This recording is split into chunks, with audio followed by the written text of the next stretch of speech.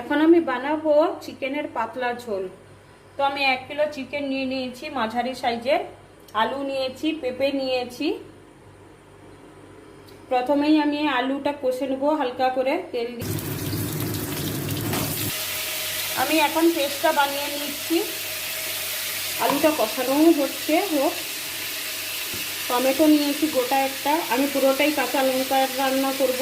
কাঁচা লঙ্কা নিয়েছি আমি পরিমাণ বুঝে। আদা রসুন দিচ্ছি কয়েক, পেঁয়াজ,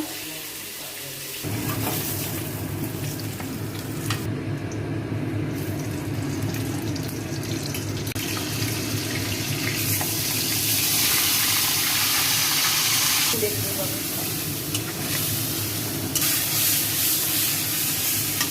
মশলাটা আমার কষানো হয়ে গেছে, তেলও ছেড়ে গেছে মশলা থেকে। এবার আমি চিকেনটা দিয়ে দিচ্ছি।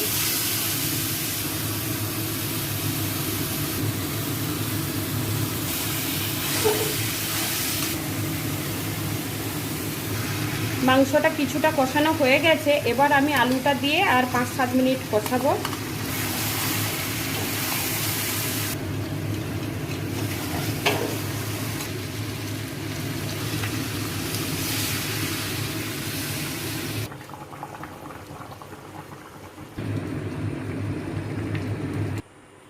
হয়ে গেছে আমার পাতলা ঝোল চিকেনের। তো আমি আজকের আমাদের এই মেনু পাতলা ঝোল